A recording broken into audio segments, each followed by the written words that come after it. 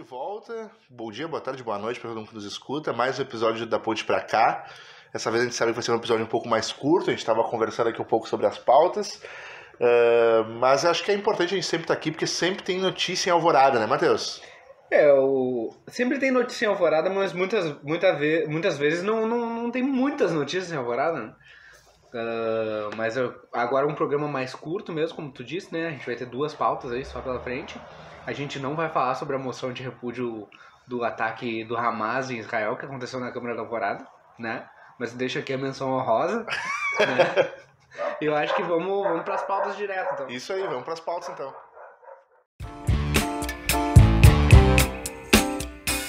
A nossa primeira pauta é uma questão que envolve o PSDB de Alvorada, né? O PSDB que é um partido que no município não conta com muita tradição, não tem nenhum vereador, nos últimos 3 pleitos pelo menos não tem nenhum vereador, não tem prefeitura também, mas que na última eleição a governo federal e estadual se articulou no município. Teve no secretário Jefferson Teixeira, que é conhecido popularmente como Chorão, o seu gestor, o seu presidente, né, do diretório municipal, e ele estava à frente do partido até a última semana. Isso porque na última semana, na época já que o Chorão assumiu a presidência do partido, o vice-prefeito Walter Sleifer também se filiou no partido, né, a apoiar o deputado professor Bonato de Viamão, ex-prefeito de Viamão. E o que aconteceu foi que agora, essa semana, o Walter Sleifer recebeu um ofício do PSDB informando de que ele seria o presidente da executiva provisória do partido. Isso fez com que ele já solicitasse ao prefeito a Secretaria de Esportes, consequentemente a demissão do secretário Jefferson Teixeira para a indicação de um novo nome, o que ainda não aconteceu, e agora entra essa disputa política pelo PSDB em Alvorada visando o pleito do ano que vem, né, Matheus? Isso aí também a gente pode sentir um termômetro de como que vai ser o pleito do ano que vem, né? As eleições municipais. O PSDB, como o Bento disse, não tem uma tradição no município, e ele é um partido que ele vem diminuindo nacionalmente, né? Não é um partido mais tão relevante como já foi, né? Ele foi por anos aí uma disputa entre PT e PSDB, que hoje em dia já ficou meio que para trás, né, no cenário. Mas aqui, vamos falar da municipalidade, né? Aqui dentro, o secretário de esporte, o Jefferson Teixeira, mais vulgo Chorão, eu diria, né? E o Walter, a gente sabe que eles não... Daqui a pouco eles não têm um relacionamento tão bom, né? Já que aconteceu... Logo que veio essa circular aí do PSDB, o Walter já pediu o cargo do Chorão, né? Então, essa queda de braço aí pode se refletir em apoio ou não apoio a determinados candidatos no próximo pleito, né? Isso, por exemplo, assim, a gente sabe que o Chorão ele tá alinhado com a administração municipal, com o prefeito Apolo e, consequentemente, com a eleição de Neuza Abruzzi, né, a pré-candidata a prefeito. Já o Walter, logo depois da eleição municipal de 2020, já se desalinhou do prefeito Apolo e foi isolado, não tem cargos hoje no governo, a não ser quem está no gabinete dele, de fato. E a gente sabe que já conversou, articulou com Douglas Martello e com outros nomes que circulam no cenário político. Então o PSDB, por mais que não tenha daqui a pouco uma estrutura, uma nominata vereador formada para ganhar uma cadeira, existem pessoas que vão trabalhar ali, existe verba partidária que vem para o partido que vai influenciar na campanha, e pode ter no nome do próprio Walter, que pretende concorrer a vereador, é o que tudo indica vai concorrer a vereador, talvez o seu grande nome para ter uma cadeira na Câmara de Vereadores, e daqui a pouco indicar uma vice-prefeitura para um Douglas, ou até para uma Neuza Abruzzi. A gente sabe que o Márcio Barcelos, que foi vereador por muitos anos na cidade, filho do ex-prefeito Léo Barcelos. Hoje o Márcio é secretário, o Márcio também tá para se filiar no PSDB, e o Márcio, inclusive, pode ser o vice-prefeito da Neuza. Mas tudo depende do que o Walter e o Chorão vão se decidir. Algo que tu indica, o Chorão vai solicitar um mandato protetivo para ele seguir no cargo e solicitar uma eleição da executiva do partido, então, para ser definitivo. Mas fica tudo muito no campo das ideias, porque a gente não sabe o que o partido vai fazer. O PSDB vai ficar junto com a Neuza Abruzzi, vai atrás de apoiar outras pessoas, mesmo o Walter estando desgostando da administração municipal devido ao seu racha político com o prefeito Apolo, ele vai apoiar a Neuza Abruzzi por acreditar que é a melhor opção, ou daqui a pouco o PSDB vai fechar com outra pessoa? Eu acho que esse debate pelo partido formado pelo Walter e pelo Chorão, que tem como outras figuras, como a gente disse, o Márcio Barcelos, Neuza Abruzzi, Douglas Martello, diversos interessados nessa negociação, pode mostrar, inclusive, o caminho do PSDB se vai estar com ou contra o governo no próximo pleito.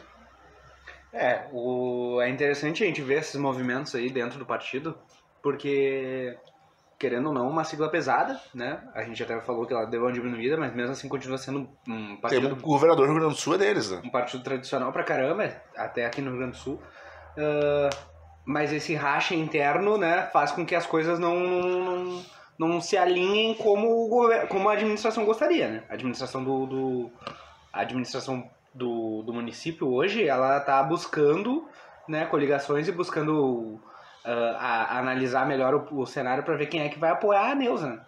Porque a gente sabe muito bem que talvez a Neuza não tem o mesmo carisma do prefeito Apolo, né? Sim. Então vai ser cada vez mais difícil de conseguir pessoas, apoiadores para estar junto com ela na próxima eleição. Isso, essa é uma novela que vai se arrastar um tempo, né? A gente sabe que o PSDB já pediu. A princípio, o Apolo manteve o Chorão no cargo.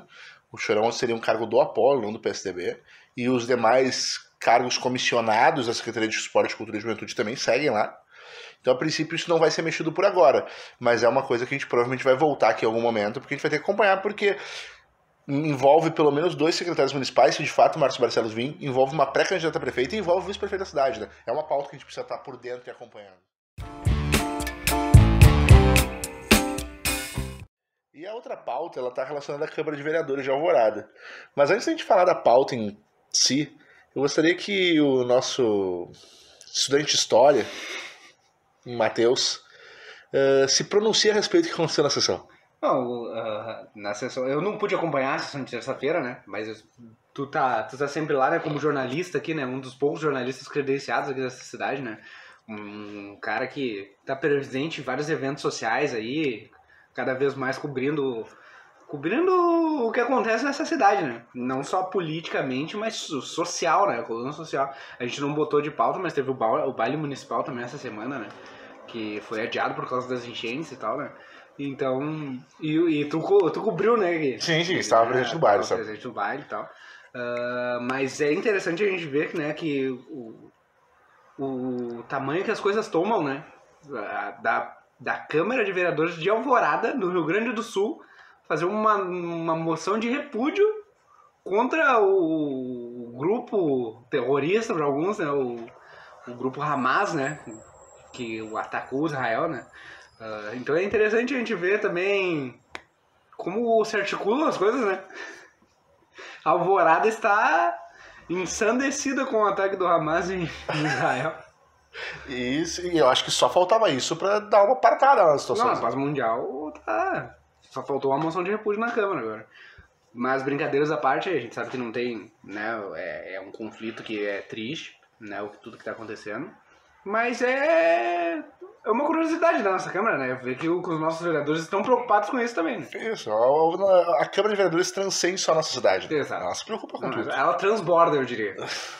Mas indo à pauta real, né? A gente quer falar um pouco sobre a eleição do próximo presidente da Câmara, né? Isso.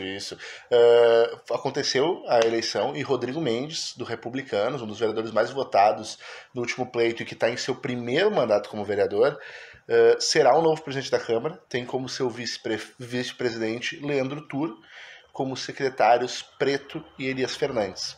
Essa é a coligação que ganhou. Não houve nenhuma outra candidatura concorrendo, ela foi chapa única. Aglutinou o PT, o PSB e o MDB, além dos republicanos, né? Então aí em torno de pelo menos 3, 4, 5, 7 vereadores, somando as bancadas, né, dos 17. Fora, mas foi uma chapa que, com exceção da vereadora Oliane, teve aprovação unânime. Somente a vereadora Oliane se absteve, ela não votou nem sim nem que não, ela se absteve no processo. E ganhou Rodrigo Mendes e é o eleito presidente para o próximo ano. O que faz a gente começar a analisar alguns cenários visando corrida eleitoral também, né? Como, por exemplo, o Leandro Tur, que é a oposição ao governo Apolo, está nessa chapa. Até onde o Leandro Tur está ali dentro. E a gente sabe que o Rodrigo Mendes tem o apoio do prefeito Apolo para ser o presidente da Câmara de Vereadores. Havia um movimento da oposição de ter um candidato, havia um movimento da Nadir ser a primeira presidente mulher da Câmara de Vereadores, que foram movimentos que não foram para frente em apoio ao Rodrigo Mendes, que tem o apoio do prefeito Apolo. Nessa chapa está o Leandro Tur. O Leandro Tour será que está mais próximo do governo Apolo do que da Estela? Será? Será que ele vai fazer uma campanha? Será que ele pode sair do PT na janela partidária? A gente não sabe, mas o Leandro Tour está ali. Muitas pessoas dizem que o Leandro Tour hoje conta com cargos no centro de zoonose, na parte do castramóvel e tudo mais, que antes eram indicações da Oliane. Pô, pode ser uma articulação política para ter o apoio do PT nessa candidatura, né? Mas isso faz nos pensar diversos cenários que acontecem e as dificuldades de Rodrigo Mendes, que no seu primeiro mandato, indo para uma eleição, ele estará em período de reeleição, ele vai ser o presidente da Câmara de Vereadores de Alvorada, né? A bomba caiu no colo do Rodrigo Mendes, né? Mas as articulações, assim como tu falou, né? O Leandro Tour tem essa aproximação aí, né? Mas a gente sabe que o PT também tá com um pré-candidato, né? Que é a Estela Farias e tal. Porém, é no mínimo curioso, né, essa aproximação do Leandro Tour com a administração do município hoje, né? Vamos ver como é que isso vai se refletir lá pra frente. Se realmente vai se transformar num apoio formal ou não, né? Não, é um cenário complicado e que também nos faz pensar uma outra situação, né? Muitas pessoas falam que existe a possibilidade do prefeito Apolo concorrer a vereador. Caso isso aconteça, ele precisa sair da prefeitura em maio, precisa entregar o seu cargo. Na linha sucessória, quem assume é o Walter, que também deve concorrer a vereador pelo PSDB, como a gente falou. E na ausência do Walter, quem assumiria é o presidente da Câmara. E o Rodrigo Mendes também irá concorrer à reeleição. Então esse cenário de daqui a pouco alguém do judiciário ter que assumir a prefeitura nos últimos 8 meses de governo, ou perde força e o Apolo vai cumprir o mandato, ou surpreende muito, né? Porque, tipo, ninguém da linha sucessória vai ficar na prefeitura, né? Até na realidade a gente já articulou isso nesse podcast aqui. A gente já falou sobre essa sucessão e que isso seria um problema.